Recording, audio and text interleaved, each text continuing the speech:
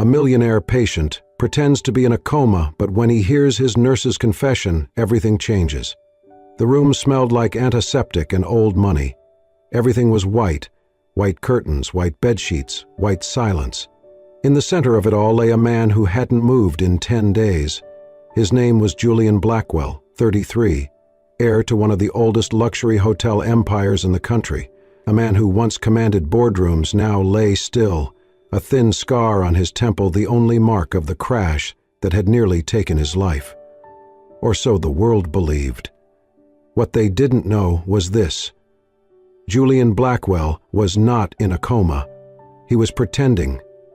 Outside the thick glass door of his private hospital suite, muffled voices broke the quiet. "I'm telling you," came Damien's voice, Julian's cousin, slick-hamed, always overdressed, always smiling when he thought no one was watching. "This is our chance. The board's restless. If we don't step in now, we might lose everything." "Step in." The voice was colder, smoother. Catherine Blackwell, Julian's stepmother. "No, Damien, we don't step in.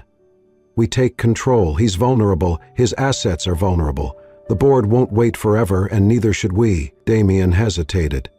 "But the lawyer, Julian's estate attorney, still insists." "That attorney won't be a problem for long," Catherine interrupted. "He's loyal, yes, but isolated. We keep pushing the narrative. Julian may never wake up, and if we keep the nurse compliant, this'll be over within weeks." Inside the room, Julian's heart pounded beneath the surface of his motionless body. So it was true. He had suspected the crash wasn't an accident. A last-minute trip to the Hamptons had ended with a shredded guardrail, a flipped car, and a diagnosis of non-traumatic coma. But Julian had regained consciousness within 2 days and chosen not to speak. Not yet. He needed time. He needed to know who had betrayed him, and now, at least partly, he did. The door opened with a soft hiss. Footsteps. Slower this time. Different. Julian knew that rhythm already. Gentle, careful, measured. "Nora!" "Good morning, Mr. Blackwell." Her voice was soft but clear. No false sweetness. "It's just me." She moved around the bed with calm efficiency, checking his vitals, adjusting his blanket, brushing his hair back slightly with a practiced hand. There was no pity in her touch, only professionalism and something else. Something Julian couldn't name yet. He had watched her through the slit of barely opened eyes when she wasn't looking, the way she read aloud at night, the way she hummed to herself when she changed his IV. She treated him like a human being, not a lost cause. And she never said anything cruel. Not like Catherine. Not like Damien. "Your levels look stable today," Nora said quietly, scribbling something into the chart. "That's good." She sat beside him, sighing softly. "I don't know if you can hear me," she added, her voice lower now, almost conspiratorial. "But I think you can, just a feeling." Julian felt heat rise in his chest. Was she about to say something? He listened carefully, heart still. "I took this job because I needed the money. That's not a crime. I didn't ask too many questions because, well, life doesn't let me. But now that I'm here, I see things, I hear things, and they don't sit right." She glanced toward the door. "Your cousin came in yesterday when you were asleep, or, well, asleep. He told someone over the phone that you weren't waking up anytime soon, and the tone in his voice, it scared me," she swallowed. "I don't know what kind of family you have, Mr. Blackwell, but I think they want you gone." Julian's fingers twitched, just a fraction. Nora didn't notice. "I should say nothing," she whispered. "I should just take my paycheck and keep quiet. But I can't. I've lost too much already. I became a nurse to help people, and whether you're listening or not, I won't be part of something that lets someone fade away just because they're inconvenient." She stood slowly. "I'm going to start keeping 2 logs," she murmured. "One for them, and one that's honest." Julian felt something stir in his chest that hadn't moved in a long time. Here's to making. Nora adjusted the IV one last time, then placed a book on the table beside him. "Tonight, I'm going to read to you. Something real. Something human." She walked out without another word. The door clicked shut. And in the stillness, Julian Blackwell blinked once, slow, controlled. He would wait. but not for long. The nights were when the silence felt loudest. After the last round of checks and the cleaning staff left, Nora would dim the lights and sit by Julian's bedside. The only sounds, the soft beep of machines and the wind brushing the high windows of the private recovery wing. It had been 2 weeks since she took the assignment. 2 weeks of watching Julian Blackwell, once a name she had only seen in magazines and headlines, lie still like a statue carved from grief. But something was off, deeply off. She noticed it first with the medications. On her second week, she checked the chart and paused. The sedative dosage hadn't changed, despite no signs of agitation, seizures, or trauma. In fact, it hadn't been reviewed at all. Then came the nutrition logs. The physician's visits were increasingly rare. Vitals were logged but never evaluated. Even the speech therapist who was supposed to visit weekly hadn't shown up once, and yet there was no urgency from anyone. No concern, just polite nods and cold reminders to stick to protocol. She had worked in enough care facilities to know the quiet signs of negligence, but this felt like something else, something intentional. That evening she brought in her own copy of The Little Prince, a book her mother used to read when nights at home felt too dark. She flipped through the pages as she spoke to Julian. "You probably hate this book," she said softly, placing it on the table. "I mean, you're a businessman, practical, hotels, contracts, numbers. But I always liked this one. It's about someone who gets lost and then finds meaning in the simplest things." She reached for his wrist, checking his pulse again. Still steady, still strong. "You know," she added, glancing at the IV bag, "I asked Dr. Langston yesterday about your sedative dose. He brushed me off, said it was per family request, no adjustment, no taper plan, just status quo." Her voice turned sharp with frustration. "I became a nurse to help people get better, not stay stuck."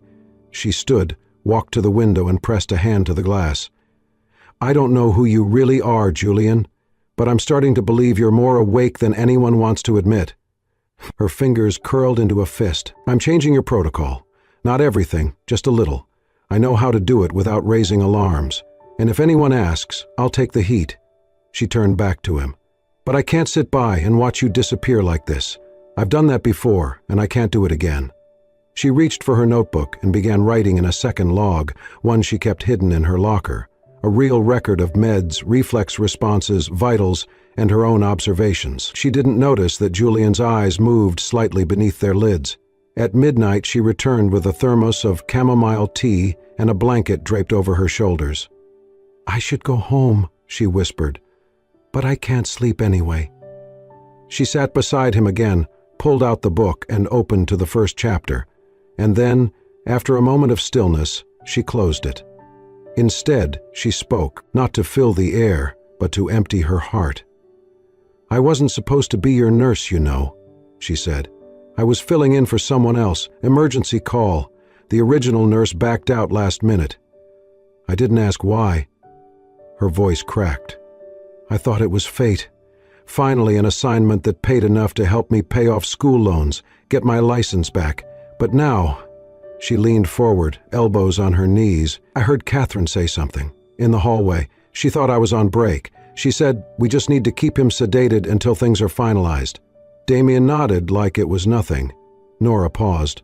Her hands trembled. "I came here to help, but now I'm afraid I was hired to help someone die." She looked up at Julian, his face still and unmoved. "I don't know if you can hear me, but I had to say it out loud. I won't do it. I won't be part of something cruel." She stood slowly, voice barely a whisper. "I don't know what's going on. But I'm with you, whether or not you ever wake up." She touched his hand lightly. "You're not alone." And then she left, the door closing gently behind her. Inside the room, a single tear slipped from the corner of Julian's eye. He wasn't alone. And maybe, just maybe, he wouldn't have to pretend for much longer. Nora said nothing to the doctors, nothing to the hospital director, nothing to the Blackwell family. But every night she spoke to Julian. She told him about her life in bits and pieces, stories from her early days as a nursing student, patients who had changed her, shifts that broke her, small kindnesses that kept her going. She talked about her father, a quiet plumber who believed that doing good didn't need an audience, it just needed consistency. Julian listened. He couldn't move much yet, couldn't speak, but he heard her. And it was more than the sound of her voice, it was the truth in it. In a world that had taught him to distrust everyone, Nora Ellis spoke like someone who hadn't yet given up on people. Every night, she arrived a little earlier, stayed a little longer. She started experimenting with small neurological stimulation tests, not anything that would raise red flags, just enough to see if his body could respond. A pinch of his palm, a light pressure on his eyelids, gentle sensory cues. One evening, as she was adjusting his blanket, she paused beside him, leaning closer. "Julian," she whispered, her voice uncertain. "If you can hear me, give me a sign. Anything." Silence. She sighed, shaking her head. "Maybe I'm just imagining things, wanting to believe in something that's not there." But then, his index finger moved. Just a twitch. Barely more than a whisper of motion. But it was real. Nora froze. Her eyes widened. Her breath caught. She leaned in closer. Did you just... There it was again, a slow, deliberate curl of his finger. Nora covered her mouth with both hands. "Oh my God!" She stood abruptly, nearly knocking over the stool behind her. For a few seconds, all she could do was stare at him, chest rising and falling fast, heart racing. Then she laughed, quiet and breathless, a stunned, joyful sound. "You can hear me?" she said, stepping back to his side. "Julian, you're in there. You've been listening this whole time, haven't you?" She blinked away tears, reaching for his hand. "Okay. Oh, we're going to do this slowly, all right? One finger for yes, nothing for no. Can you understand that?" A pause. Then another curl of his finger. Nora let out a shaky laugh. "This is insane. No one's going to believe this. But I do. I believe you." From that night on, everything changed. Their routine shifted. Now there was a new rhythm, a new language between them. One blink, one twitch, one squeeze. Yes, no, maybe. She brought flashcards, started using a basic alphabet chart. It was slow, sometimes frustrating, but Julian tried. He wanted to try. And Nora? She was patient, careful, and warm. She smiled every time he responded. She never rushed him. She never treated his limitations like burdens. The connection between them deepened. Julian learned her favorite songs, her favorite flavor of coffee, how she used to watch people come and go at the hotel her mom cleaned when she was little, imagining the kind of lives they lived. Nora, in turn, learned things about him he had never told anyone. Not with words, just with looks, reactions, questions she would ask, and the way he would twitch once for yes, stay still for no. "You never wanted this life, did you?" she asked one night, eyes scanning his chart while her fingers gently smoothed the edge of his sleeve, his finger curled. "Yes? You just wanted peace, not power." Another yes. She sat down beside him. "I think I get it. I never wanted to be a nurse just to pay the bills. I wanted to help, but somewhere along the way I started surviving instead of living." Julian moved his hand slightly, trying to reach hers. She took it without hesitation. "I won't let them do this to you," she said. "I don't care what they want. You're coming back. We're going to get you back." In that moment, for the first time in years, Julian Blackwell didn't feel like a name on a contract or a line in a will. He felt human. Because someone had chosen to believe in him, even when he couldn't speak. And now, with her help, he was ready to fight back. In the days that followed, a quiet current of urgency ran beneath every moment Nora and Julian shared. By day, Nora played the obedient nurse, logging routine notes, adjusting the IV with steady hands, nodding politely to Catherine's condescending remarks and Damien's fake concern. But at night, she and Julian became something else. Not just patient and nurse, but partners, co-conspirators, survivors. She had memorized his signals, one twitch for yes, a finger tap for no, a faint breath change when something scared him. They were getting good at this. One evening, as she massaged his left hand to stimulate muscle tone, she whispered, "I know you want to expose them, but we need proof, real proof, and we need to be careful." Julian managed a faint blink, his newest response, then twitched his finger once. Yes, Nora pulled a tiny device from her pocket, a sleek pin-sized camera she had borrowed from her friend in tech support. It wasn't hospital standard issue, but it was discreet, high resolution, and had saved more than one whistleblower in the past. "I'll place it in the medication cabinet," she said softly.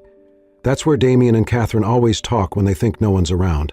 I've seen them whispering, giving instructions to the night staff. It's time someone else saw what they're doing." Julian's eyes flickered in agreement. That night, when she was certain no one was watching, Nora slipped into the medroom. With gloved hands and a steady heartbeat, she hid the camera inside the corner of a ceiling panel, just above the fridge where the controlled substances were stored. The motion sensor clicked to life. Now they waited. 2 nights later, the plan paid off. Nora returned to retrieve the camera early that morning before the cleaners arrived. She watched the footage in the break room, headphones in, laptop open, heart pounding. At first, just silence, then footsteps.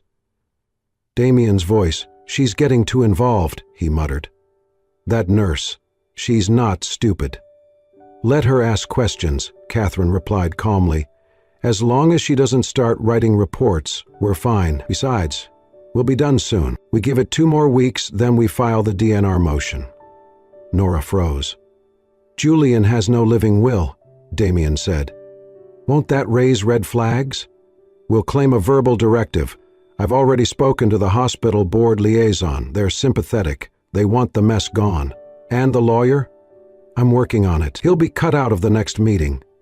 Then came the words that chilled Nora's blood. "All that's left is to keep him sedated," Catherine said, "and I want that nurse out of here once the paperwork's ready. She's seen too much." Nora sat in silence, hands trembling, as the video finished. She saved the file 3 times, once to her USB, once to an encrypted cloud server, and once on her locked phone. Then, with Julian's help, she drafted a message to send it. "Who do we trust?" she asked that night, sitting by his bed with her laptop. Julian blinked once, then once again. Nora hesitated. 2 blinks? She opened her notebook, flipping to a list of names he had painstakingly helped her form, letter by letter. At the top, Avery Blake. Julian's longtime personal attorney, loyal, discreet, locked out by the family after Julian's accident. "I'll send it to him," she said. "We'll know what to do." That night, she uploaded the video with a short message. "Mr. Blake, I believe you are the only person who ever truly stood by Julian Blackwell. He is alive, and what's happening here is a crime. This footage proves it. Please help us. Nora Ellis." She hit send. Then she held Julian's hand and whispered, "They won't win." He moved his fingers in hers, just slightly. It was enough. In the early hours of the morning, her phone buzzed. A message from Avery Blake. Subject, Re-U-R-G-E J. Blackwell, received. "I'm on my way. Do not speak to anyone else. Keep him safe. We're not alone in this anymore." Nora turned to Julian, still asleep, but no longer alone. The game had changed. Now it was time to fight back. Julian opened his eyes on a Tuesday morning. It was subtle at first, just a sliver of hazel between his lashes. Nora had been adjusting his oxygen monitor when she noticed the flutter. Her breath caught. "Julian?" His eyes blinked, once, then again, fully. He was awake. For the first time in weeks, his gaze found hers, and something inside her chest tightened. He wasn't just responding with fingers or breath now, he was looking at her. And it was like being seen for the first time. Tears welled in her eyes before she could stop them. "Hi," she whispered. "You're really back." He tried to speak, but his throat was dry, unused. She shook her head gently, placed a finger to her lips. "Don't rush. We'll take it slow. You're safe." She helped him sit up, propped by pillows. It was a delicate process, but they had prepared for this moment: muscle memory, reflex checks, incremental healing. What they hadn't prepared for was the quiet between them now. Not the silence of fear, but something sacred. Later that evening she came back after her shift, carrying a thermos of tea and a small notebook. "Thought we might talk," she said. "Real words this time." Julian smiled faintly. His voice was rough, broken, but he managed one syllable: tea.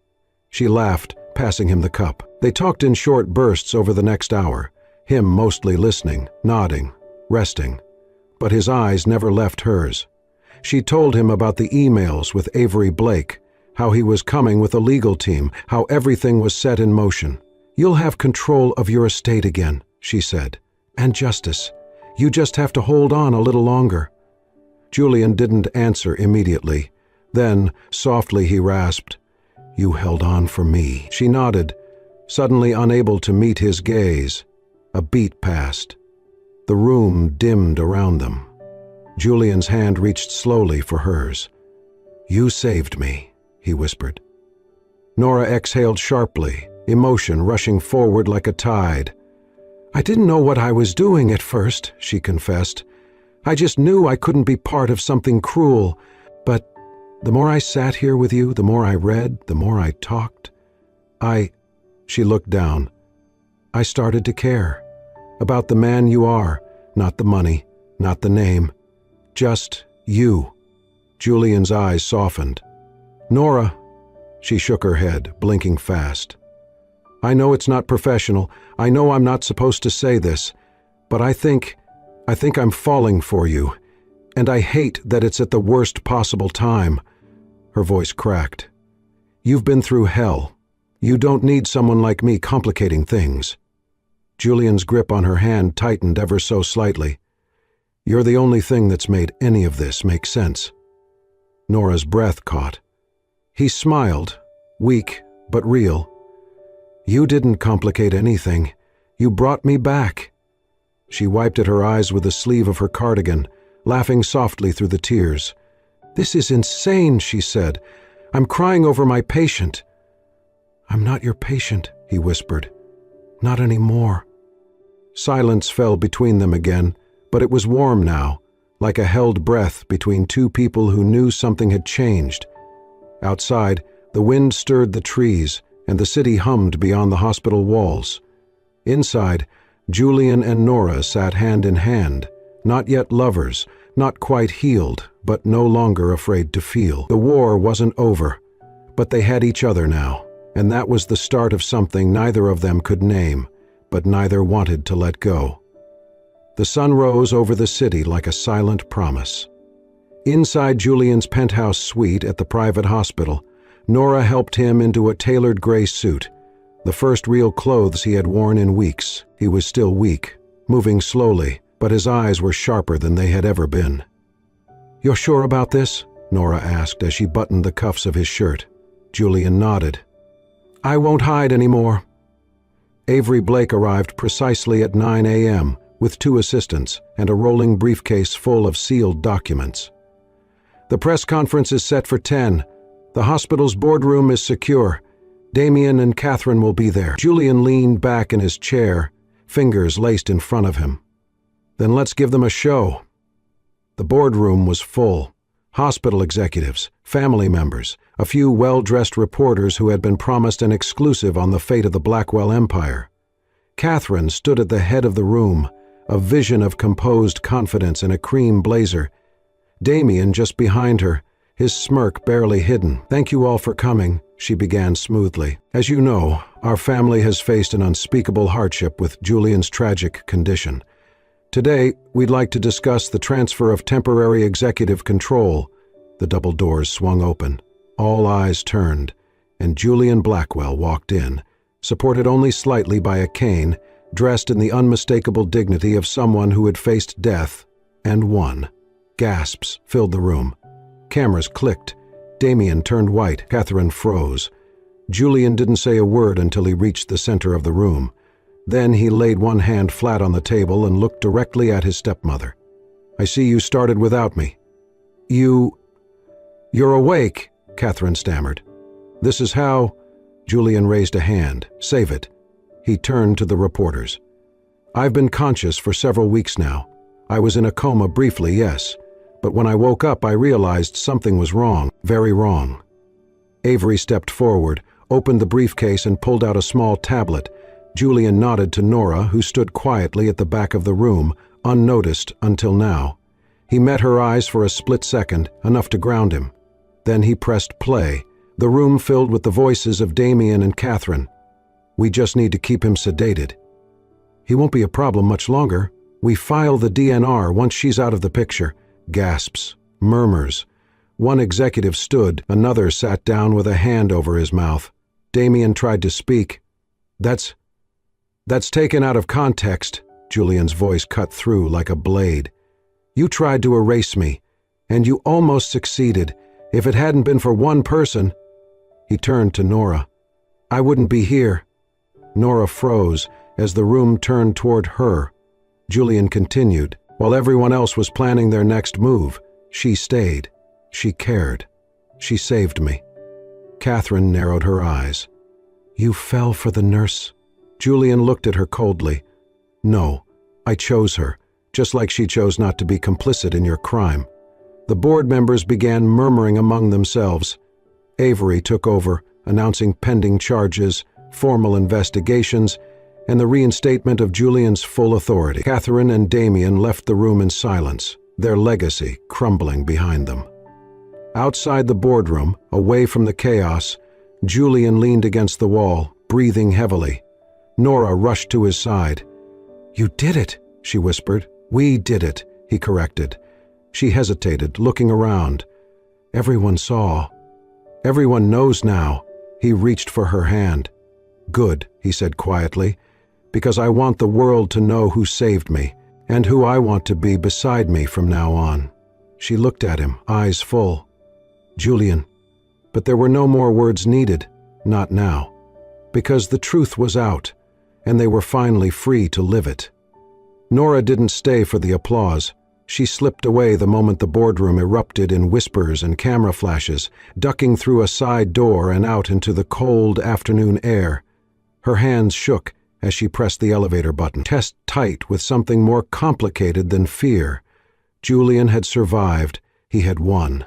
And yet, why did she feel like she was the one running away? She packed her things quietly in the nurse's locker room that night.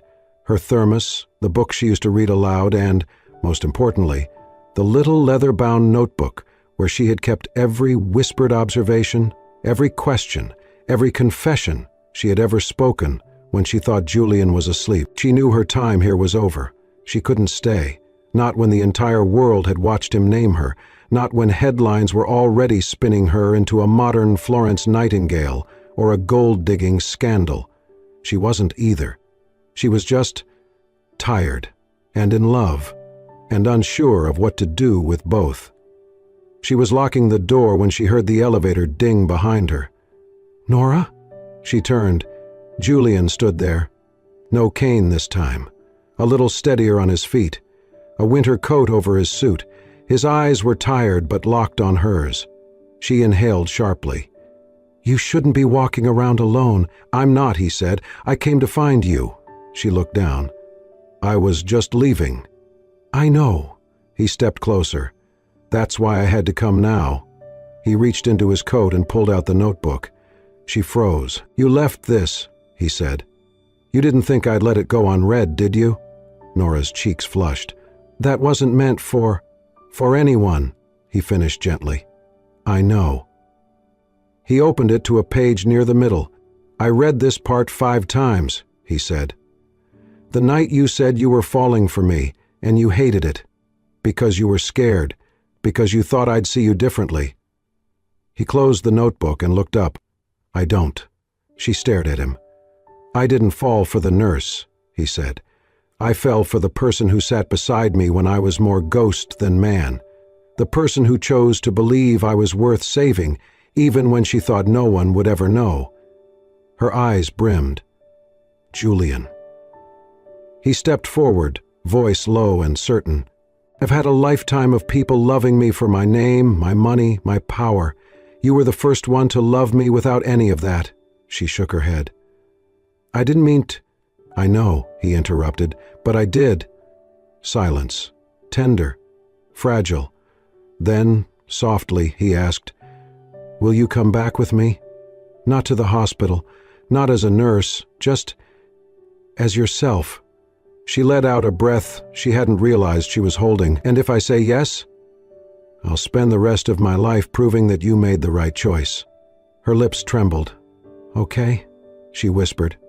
Then Julian did something he hadn't done since before the crash. He smiled, and Nora stepped forward, into his arms, into the still-beating truth of what they had built, day by day, word by word, one heartbeat at a time, because some love stories don't begin with fireworks, some begin in silence, and grow louder when we finally choose to listen. 1 year later, the Blackwell name meant something different. The scandal had been national news for months.